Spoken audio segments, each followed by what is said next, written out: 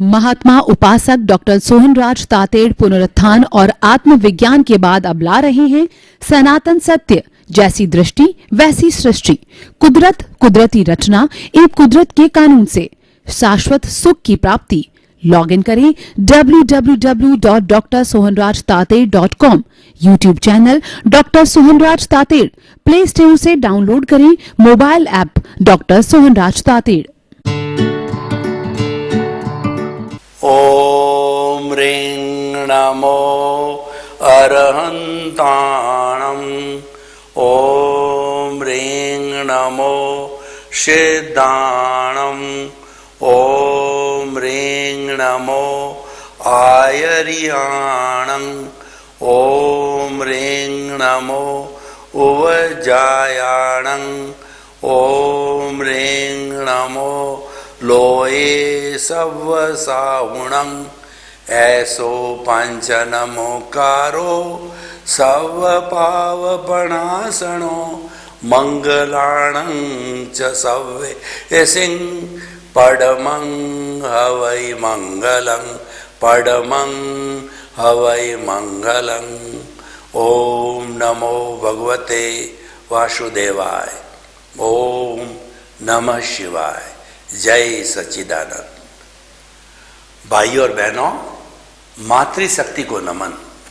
आज का हमारा बहुत सुंदर विषय, शरीर के 5 प्रकार।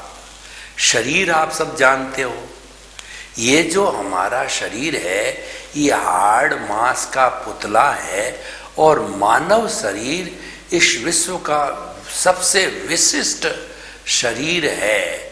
और इस शरीर में छोटी से छोटी जो यूनिट होती है उसको कोशिका कहते हैं, और 60 खरब कोशिकाओं से ये शरीर बना है। और 60 खरब कोशिकाओं का आप जो किस तरीके से उनका अनुशासन देखिए कि 60 खरब कोशिकाओं के हर एक के रिसेप्टर होता है जिसको मुंह बोलते हैं, और हमारा ब्लड है वो एक एक कोशिका को खुराक देता है। अगर ब्लड कोशिका को खुराक न दे तो कोशिका मर जाती है, वह स्थान लकवा मार जाता है। तो ब्लड 1,00,000 किलोमीटर पूरे शरीर में 24 घंटे में घूमता है, और हर कोशिका अपना मुंह खोल करके ब्लड में से खुराक लेती है। उसके बाद वो बंद हो जाती है, आवश्यकता पूर्ति होते ही बंद हो जाती है। पर देखिए कि जिस जगह पर जिस चीज की आवश्यकता हो, औषधि की, उदाहरण के तौर पर आपके घुटने, लेफ्ट साइड घुटने में पेन है, तो आपने कोई पेन किलर ले लिया तो वह पेन किलर उसी ब्लड के अंदर मिलता है, और जहां पर पेन है वहां पर ब्लड पहुंचता है।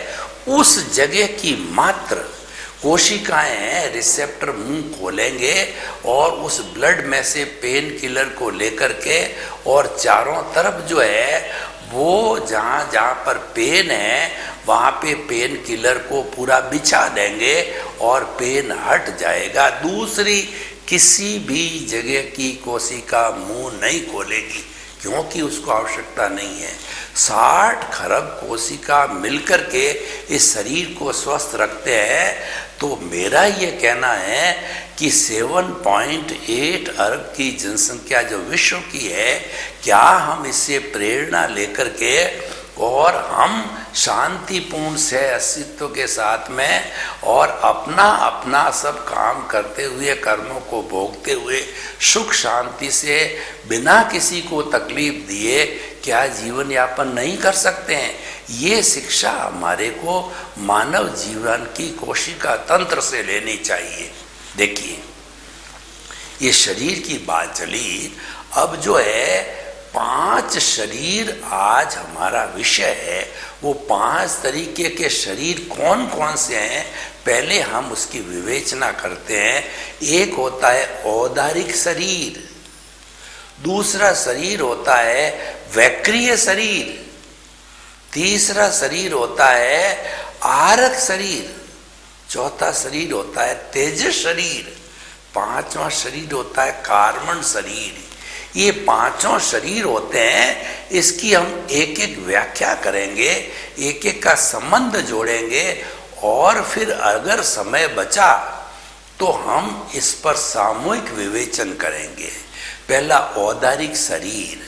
देखिए 4 गति होती है, नरक गति, तिर्यंच गति, मनुष्य गति और देव गति।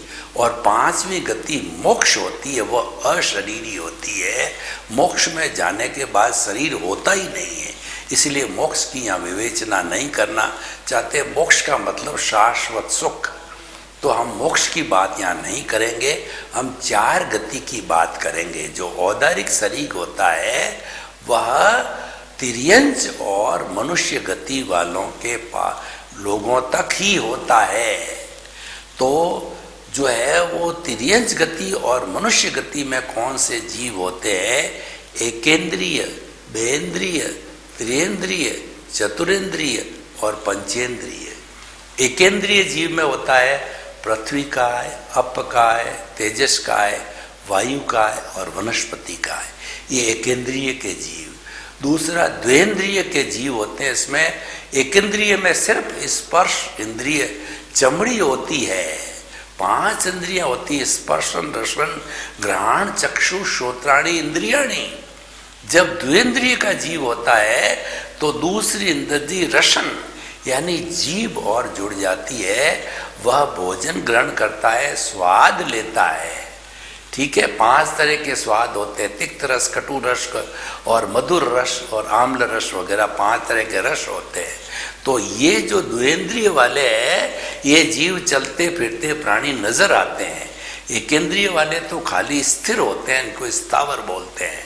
जैसे कि पेड़ है, पौधा है, ये वनस्पति है, सारी चीज है, ये जो है वो स्थावर होते हैं। और द्विइंद्रिय वाले में चलने फिरने वाले वो होते हैं, द्विइंद्रिय के अंदर लट है, गिंडोला आदि आदि। और 3 इंद्रिय वाले जो जीव होते हैं उसमें तीसरी इंद्रिय स्पर्श, रसन, घ्राण यानी सुगंध दुर्गंध वो ले सकते हैं, वो जुड़ जाते हैं। तो इसके अंदर घ्राण के अंदर जो है जैसे हमारी चींटी आ जाती है, मकोड़ा आ जाता है, तो ये घ्राण इंद्रिय वाला। आपने देखा होगा कि चींटी की घ्राण शक्ति इतनी तेज होती है कि कहीं पर दूर चीज भी अगर खुशबूदार पड़ी है, मीठी चीज पड़ती है, तो उसके घ्राण को, सुगंध को पकड़ करके और चींटियों का रेला उस तरफ चला जाता है। और 4 इंद्रिय वाले जीव थे, स्पर्शन, रसन, घ्राण, चक्षु। आंख और जुड़ जाती है, जैसे मक्खी है, मच्छर आदि। और 5 इंद्रिय वाले जीव होते हैं, उनके 5 इंद्रिय होती है, जिसके अंदर गाय है, भैंस है, ऊंट है, बैल है, मनुष्य इत्यादि होता है। तो इसीलिए जो है ये 5 इंद्रियों के जीव हो गए। तो औदारिक शरीर होता है वो तिर्यंच गति और मनुष्य गति में होता है। और तिर्यंच गति के अंदर ये एकेंद्रिय से पंचेंद्रिय के जीव होते हैं, इनका औदारिक शरीर होता है। औदारिक शरीर में क्या होता है? हाड़ मांस का पुतला होता है, यानी वो जो भोजन करता है उस भोजन में से जो मनुष्य है, जैसे मनुष्य जो भोजन करता है उस भोजन से पहले खून बनता है, फिर मांस बनता है, फिर मेद बनती है, फिर मज्जा बनता है और फिर वीर्य बनता है, सप्त धातु बनती है। ये हाड़ मांस का पुतला बन जाता है और ये दुर्गंध वाला होता है। मनुष्य की दुर्गंध सबसे ज़्यादा तेज दुर्गंध होती है। मनुष्य की चमड़ी हटा दो तो आप देखो कि आप वो दुर्गंध ले नहीं सकते। कभी आपने देखा होगा कि कभी दियासलाई की तिल्ली को आप जो है अपने दांतों पे लगाते हो और दांतों से हटाने के बाद कभी वो नाक के पास आ जाती है, कितनी भयंकर दुर्गंध होती है। व्यक्ति की टॉयलेट वगैरह में कितनी भयंकर दुर्गंध होती है। तो ये औदारिक सर्किट दुर्गंध वाला होता है। लेकिन औदारिक शरीर में मनुष्य का शरीर भी आता है। ये मनुष्य का शरीर जो है वह मुक्ति में ले जाने वाला है। मुक्ति में केवल मनुष्य ही जाता है और कोई भी प्राणी नहीं जाता है। यानी औदारिक शरीर मनुष्य को मुक्ति में जाने का पट्टा होता है। इसीलिए उसके भीतर जो परमात्मा तो हर एक के भीतर है, लेकिन उसके भीतर जो परमात्मा बैठा हुआ है वो एक मंदिर स्वरूप में प्रतिष्ठित आत्मा होती है। और तो उसको खूब पहचानना चाहिए, उस आत्मा को केंद्र में रखना चाहिए, उसकी भजना करनी चाहिए, उसके नामों का जो है माला फेरनी चाहिए, ताकि वह पवित्र हो जावे, यानी सारा अज्ञान समाप्त हो जावे। और अज्ञान समाप्त होते ही हम सिद्ध बुद्ध और मुक्त बन सकते हैं। ये औदारिक शरीर की सारी बात हो गई। तो इसीलिए ये शरीर का हो गया। फिर दूसरा शरीर वैक्रिय शरीर होता है। यह शरीर मोम के जैसा होता है कि औदारिक शरीर तो क्या है कि मरने के बाद इसको जला दिया जाता है, अग्नि के अंदर जला करके इसको समाप्त कर दिया जाता है। और जो वैक्रिय शरीर होता है वो मोम का होता है, जब समाप्त होता है अपने आप गुब्बारे की तरह वो फट जाता है। और जो वैक्रिय शरीर होता है वह छोटा बड़ा कितना भी बन सकता है। जो देवता लोग होते हैं बहुत छोटे बन जाते हैं और बहुत बड़े भी ताड़ की तरह बन सकता है। तो इस वैक्रिय शरीर का जो है छोटा बड़ा बनने की इसके अंदर जो है अर्हता होती है।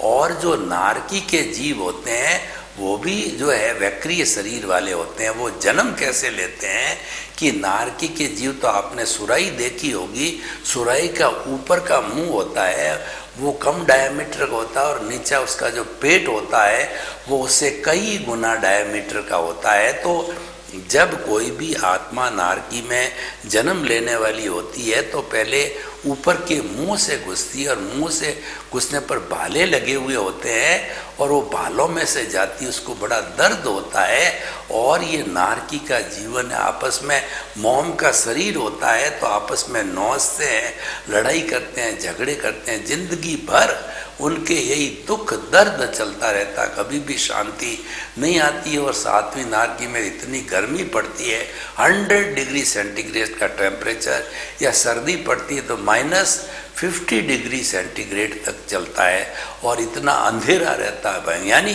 दुख का जीवन होता है। और जब ये जो ही उस सुराही में से निकले युवा हो जाते हैं, उसी तरह से देवगति अच्छा काम करने वाले लोगों को मिलती है। तो देवगति में अलग अलग 26 देव लोग होते हैं, वहाँ सैया बेड लगे हुए होते हैं। तो जिस जीव को जिस जिस देवलोक में जन्म लेता होता है उस सैया को टच करते हैं, युवा हो जाते हैं।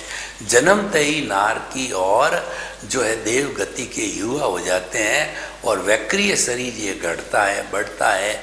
और देवता की और इनकी जो नारकी का उम्र कम से कम 10,000, अधिकतम 33 सागरोपम है। वो एक एक नाटक देखते हैं, वो 10-10 हजार वर्ष का नाटक देखते हैं, यानी लंबा समय होता है इनका आयुष्य का दोनों गति के अंदर। और रिद्धि सिद्धि वाले देव होते हैं, छोटे देव तो नहीं होते हैं, बड़े देव होते हैं जो कि रिद्धि सिद्धि वाले होते हैं।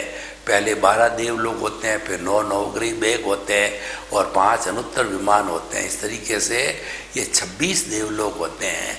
तो भाई और बहनों, हम आपको ये बताना चाहते हैं कि ये जो है मोम का जो होता है बना हुआ, ये वैक्रिय शरीर होता है। तीसरा शरीर होता है आहारक शरीर।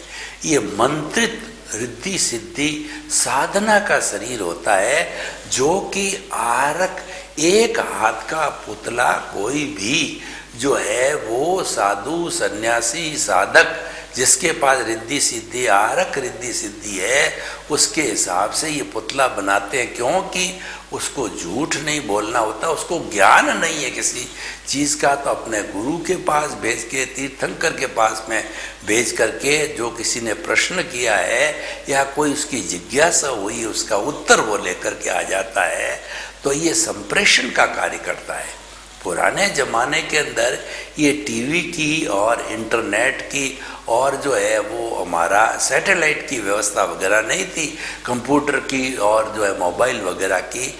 तो पुराने जमाने में टेलीपैथी हुआ चली थी। आरक शरीर से कोई भी शिष्य अपने गुरु के दर्शन करना चाहता, गुरु की सुक्षाता पहुंचना चाहता, तो वह जो है आरक शरीर छोड़ करके और सुक्षाता पूछ के चरण स्पर्श करके वंदन करके पुनः उस शरीर के अंदर आ जाता था।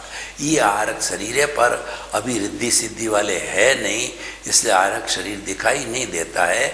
ये आरक शरीर जो है 7वें गुणस्थान में जो है प्रमत्त संयत जो लोग होते, अप्रमत्त संयत होते हैं साधु, और उसके ऊपर वाले ही इनके पास में होता है। अभी यहाँ पे हमारे भरत क्षेत्र में ये नहीं मिलते हैं। तो कहने का अर्थ ये होता है तीसरा आरक शरीर। चौथा शरीर है हमारा तेजस शरीर है। जितना भी हमारा ये कार्यपालिका का एग्जीक्यूशन का वर्क होता है वो सारा तेजस शरीर करता है। ये तेजस शरीर है वो हर प्राणी के भीतर में होता है। हर प्राणी में कम से कम, कोई भी जीवित प्राणी हो, 3 शरीर जरूर होते हैं। कौन कौन से होते हैं? औदारिक, पहले देखिए औदारिक, और दूसरा जो है तेजस और कार्मण शरीर। तेजस और कार्मण है ये निश्चित रूप से हर एक में होते ही है, और मिनिमम 3 तरह के शरीर होते ही है। और इधर देखिए आप वैक्रिय है, तो वैक्रिय के साथ में तेजस और कार्मण होता है। आरक होता है, उसके साथ भी उसको गति देने वाला तेजस शरीर होता है, तेजस कार्मण दोनों ही होता है। और उसके बाद के अंदर तेजस शरीर खुद है ही है, वो इनर्शिया का, ये गति देने का काम करता है। और कार्मण शरीर है ये हमारे पुण्य पाप 8 तरह के कर्मों का पुलिंदा है। हमने जो अच्छा बुरा काम किया उसका चिट्ठा है। तो ये चिट्ठा जो है, हर कार्मण शरीर नहीं होगा तो वह जीव मुक्ति को चला जाएगा, और इस कार्मण शरीर को शून्य करना ही हमारे जीवन का लक्ष्य है। तो कार्मण शरीर को विनाश करना जीवन का लक्ष्य है। इसीलिए कार्मण शरीर बहुत इम्पोर्टेंट शरीर। इसको अज्ञान कहते हैं, इसको राग द्वेष कहते हैं, इसको कषाय कहते हैं, इसको कर्मरज कहते हैं, इसको कर्म फल कहते हैं। और जो है वो व्यक्ति जो है वो इसको घटाता है, बढ़ाता है, और मनुष्य जीवन के अंदर ही ये शून्य होता है। तो इस तरीके से ये कार्मण शरीर है। कार्मण शरीर है वो चतुस्पर्शी पुद्गलों का बना हुआ होता है, और जिसके अंदर द्रव्य रूप से 8 कर्म होते हैं। ज्ञानावर्णीय, दर्शनावर्णीय, वेदनीय, मोहनीय, आयुष्य, नाम, गोत्र, अंतराय। इसमें से 4 घाती कर्म होते हैं, जो कि ज्ञानावर्णीय, दर्शनावर्णीय, मोहनीय और जो अंतराय कर्म कहलाते हैं, जो कर्मों की घात करते हैं। और ये हर जीवन में ब्रॉड फॉरवर्ड होते रहते हैं, क्योंकि आत्मा हर जीवन में होती है, लेकिन शरीर बदल जाता है। तो शरीर के बदलने के साथ में शरीर से जुड़े हुए अघाती कर्म, वेदनीय, आयुष्य, नाम और गोत्र बदलते रहते हैं।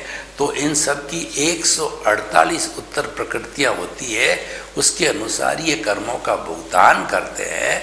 तो ये कार्मण शरीर है, ये कर्मों का भुगतान कराने के लिए, कार्मण शरीर के लिए एक बात आती है कि भगवान महावीर को उनके शिष्यों ने पूछा कि भगवान आप बताइए कि इस कार्मण शरीर जो कि जड़ और चेतन, जो कि शरीर और आत्मा को जोड़े हुए अज्ञान है, इसमें क्या आत्मा के साथ व्यवस्था आ गई, इसको जुड़ना पड़ा, और ये कब से जुड़ा हुआ है, आप कृपया हमको बताइए। तो भगवान ने प्रति प्रश्न कहा कि आप बताओ कि पहले मुर्गी हुई या अंडा हुआ, क्योंकि भगवान को इसका उत्तर पता नहीं था। तो वो जो है उनके शिष्य के जो ग्रुप ने कहा कि भगवान हम तो अज्ञानी, हमको जानते नहीं हैं, आप कृपा करो और हमको इसका उत्तर बताओ। तो भगवान ने कहा मैं भी नहीं ये जानता हूँ।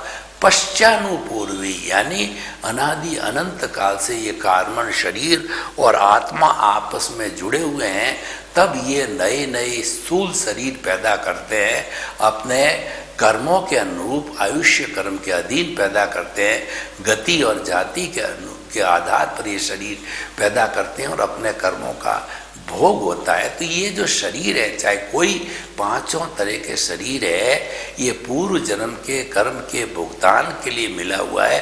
बस मात्र इसका यही फंक्शन है, जब भुगतान पूरा हुआ तो इस औदारिक शरीर को मिट्टी मान करके जला दिया जाता है और स्टोरी समाप्त हो जाती है। लेकिन जो कार्बन शरीर है हर बार आगे से आगे चलता रहता है। आप देखिए, हम यहाँ पे जब शरीर की चर्चा की तो हमें अंतराल गति की भी चर्चा करनी पड़ेगी कि एक शरीर को छोड़ करके आत्मा दूसरे शरीर के अंदर कैसे जाती है, वो मैं आपको बताना चाहता हूँ। उसका नाम है अंतराल गति, यानी आयुष्य समाप्त होने वाला होता है तो हमारी आत्मा, जो मूल स्वरूप की आत्मा जो भीतर विराजमान, अभी तो ये बॉन्डेड है, अभी ये परमात्मा बना नहीं, लेकिन हमारा लक्ष्य है इसको परमात्मा बनाने का। और इसकी भी 3 स्टेज होती है।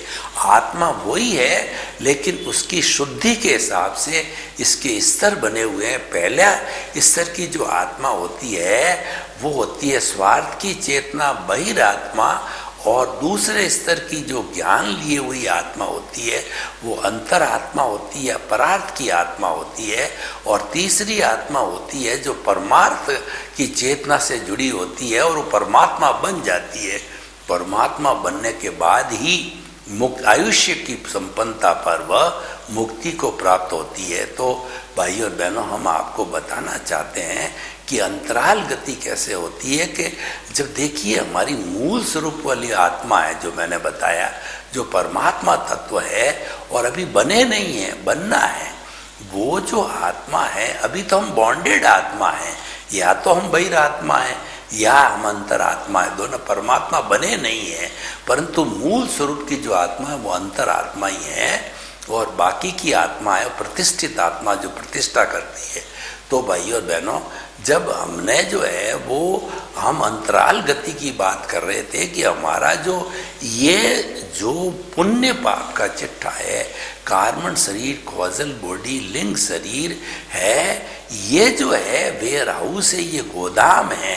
गोदाम कभी चलता नहीं, गोदाम को तो धक्का देना पड़ता है। और उसके बाद जो मूल आत्मा वो अक्रिया है, कोई गति नहीं करती, कोई हलन चलन नहीं करता, मात्र जो है उसका काम है प्रेजेंस देना। शरीर का मात्र काम है कि पूर्व जन्म के कर्मों का भुगतान करना, डेबिट क्रेडिट करना। और मूल आत्मा का काम जो है वो काम है सिर्फ प्रेजेंस। प्रेजेंस है तो शरीर है, कर्म शरीर है, तेजस शरीर है। प्रेजेंस नहीं है तो राम नाम सत्य केवल मिट्टी है, उसको जला दिया जाता है। तो इस तरीके से एक तो वेयर हाउस हो गया और दूसरा जो है हमारा अक्रिया होगी। अब इसको ये जाए कैसे? तो इसको भेजने के लिए मोमेंट ऑफ इनर्शिया बनाना पड़ता है, धक्का देना पड़ता है। तो हमारा तेजस शरीर है जिसका इस शरीर के अंदर आयुष्य समाप्त हो गया, तो उसको धक्का देके वो साथ जाता है। साथ जाकर के अधिकतम 4 समय, एक पलक जपते हैं उसमें असंख्य समय निकल जाते हैं, यानी नेग्लिजिबल टाइम के अंदर अगले शरीर में जाके वो आत्मा जन्म ले लेती है। कैसे जन्म लेती है? तो भगवान कृष्ण ने भी गीता में कहा है कि कोई व्यक्ति का कपड़ा एकदम जीर्ण शीर्ण हो जाता, फट जाता है, सड़ जाता है, तो उस कपड़े को फेंक देते हैं। जैसे कि जो सर्प होता अपने कैंचुली को उतार देता है, तो जब वो फेंक देता है कपड़े को और फेंक करके नया कपड़ा धारण करता है, तो ठीक उसी तरह से आत्मा इस जीर्ण शीर्ण शरीर जो आयुष्य के अधीन हो गया है, इसको जो है वो छोड़ करके अन्य शरीर के अंदर जाकर के पैदा हो जाती। इसको अंतराल गति कहा जाता है। अंतराल गति को समझना बहुत ही ज़रूरी है। तो इसीलिए ये 5 तरीके के शरीर है जो अपना अपना काम करते हैं। अब देखिए, इस शरीर को शक्ति कहाँ से मिलती है? शरीर की है, ये शरीर पौद्गलिक है। पांचों ही शरीर पौद्गलिक है, कार्बन शरीर है वो चतुस्पर्शी है, बाकी चारों शरीर अष्टस्पर्शी है। अष्टस्पर्शी मतलब है कि वो है तो पुद्गल लेकिन आंखों से दिखाई देते हैं, उनकी फोटो खींची जा सकती है। चतुस्पर्शी मासलेस पार्टिकल होते हैं, इनकी फोटो नहीं खींची जा सकती है और आंखों से दिखाई नहीं देते हैं। जो अवधि ज्ञानी, मन प्रयोग ज्ञानी और केवल ज्ञानी होते हैं वही जो है इस कार्बन शरीर को देख पाते हैं चतुस्पर्शी का। और चतुस्पर्शी विज्ञान की भाषा में मासलेस पार्टिकल होते हैं, इस कारण भारहीन होते हैं। और अगर ये अष्टस्पर्शी होते तो जन्म जन्मांतर तक आत्मा के साथ में ये घटते बढ़ते रहने से ये टनों बंद इसका भार हो जाता, तो मनुष्य उस भार को नहीं ढो पाता था। तो ये भगवान का शुक्र है कि ये मासलेस पार्टिकल है, इस कारण से ये वो एक शरीर से दूसरे शरीर में जाते रहते हैं। और बड़ी विचित्र बात है कि आत्मा पिछले जन्म का कर्म शरीर अगले जन्म में साथ ले जाती, पीछे कुछ छोड़ के नहीं जाती है। वो तो मुर्दा हो जाता है और मुर्दे को जला दिया जाता है, यानी अपनी जितनी प्रॉपर्टी है पुण्य की पाप की वो हमेशा साथ रखती है और साथ लेके जाती है।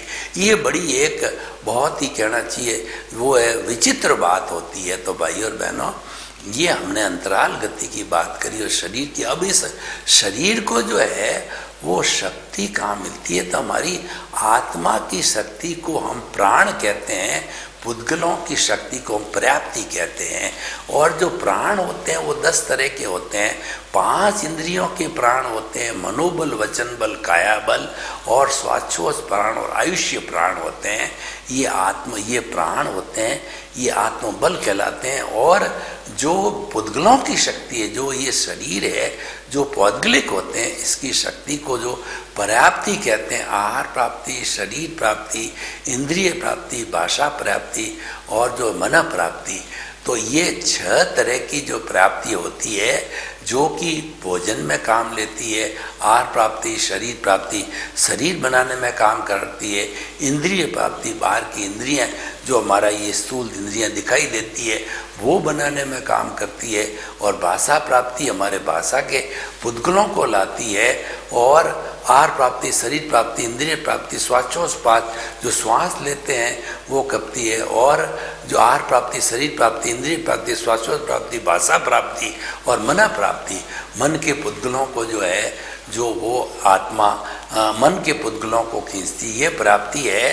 तो पर्याप्ति जो है वो पुद्गल की शक्ति है और प्राण है वो आत्मा की शक्ति है। आत्मा की शक्ति को हम लब्धि वीर्य कहते हैं। वो उस लब्धि वीर्य के कारण ये संपूर्ण हमारे जितने शरीर है उनको आत्मा शक्ति देती है। तो जो शरीर की शक्ति है वो कर्ण वीर्य कहलाता है, वो दी जाती है आत्मा के द्वारा और वो कन्वर्ट होती है लब्धि वीर्य में। लब्धि वीर्य में करने को हम विटालिटी कहते हैं। ये विटालिटी को प्राप्त करने के लिए हमारे शरीर के अंदर हम प्राण ऊर्जा का सृजन करते हैं, मैन्युफैक्चरिंग करते हैं। और ये प्राण ऊर्जा विटालिटी जो बनती है वो 4 चीज़ों से बनती है।